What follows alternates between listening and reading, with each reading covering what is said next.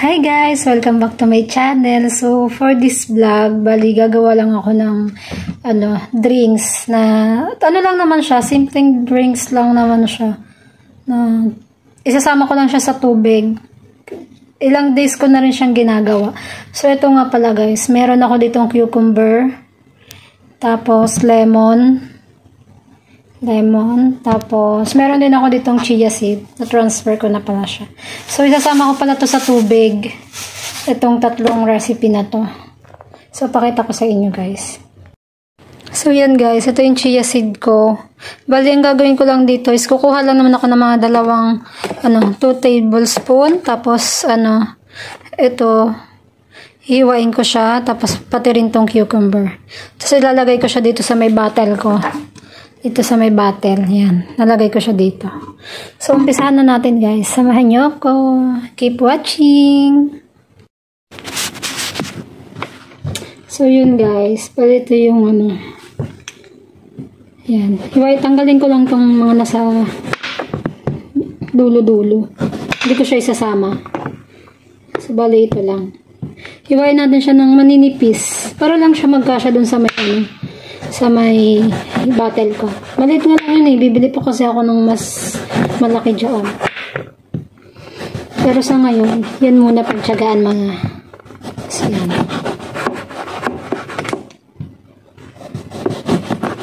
Ito na nga po pala iniinom ko guys everyday. Mas maganda din siya kapag once na mas maganda siya masala pag sa umaga. Empty stomach. Empty stomach.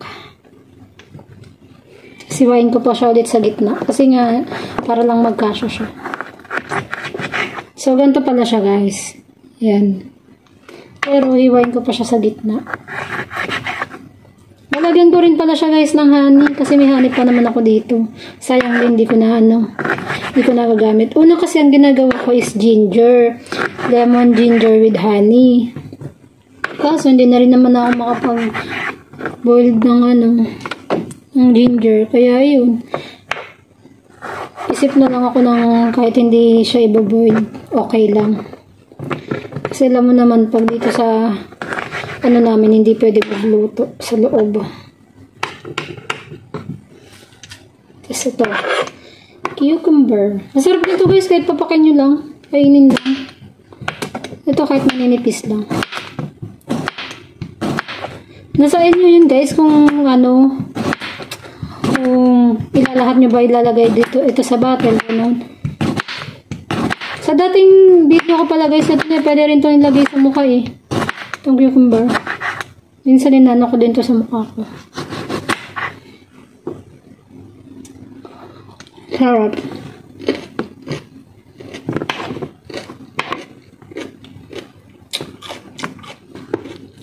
Sarap.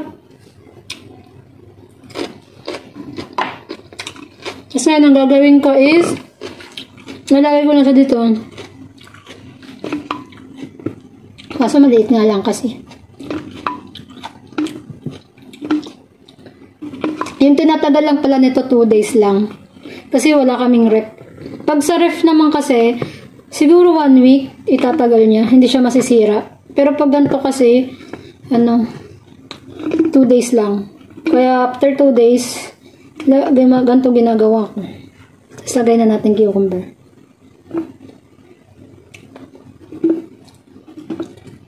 Nilagyan ko pala siya ng honey. Yung unang gawa ko nito guys, hindi ko nilagyan ng honey. Pero masarap naman siya. Tatry ko lang kung mas masarap siya na may honey.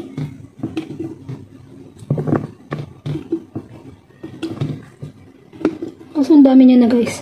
Kainin ko na lang kayo ba?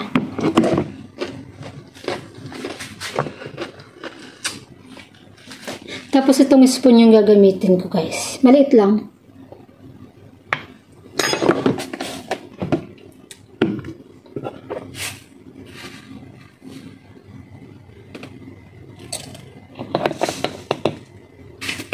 Ay, nasasayang.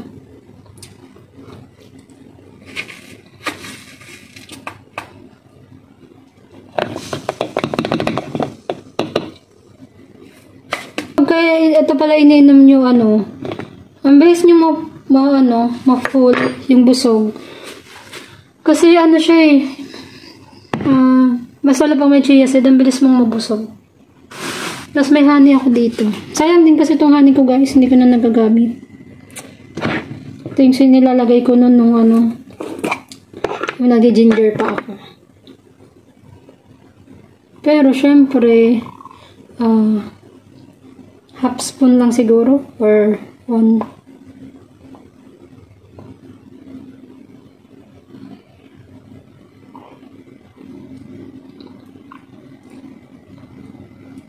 Tapos lagyan natin ng tubig. Yun lang.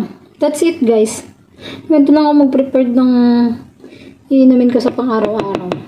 Ginagawa ko na nga pala siyang tubig. Ito na yung tubig ko. Kasi guys, mababa din kasi yung dugo ko.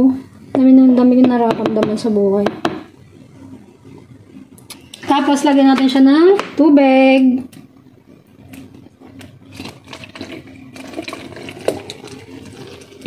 Hindi man yung tubig nilagay ko dito eh. Ano lang?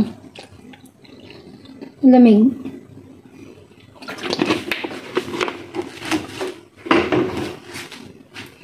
Tapos, lagyan natin siya para magkalat yung chia seed.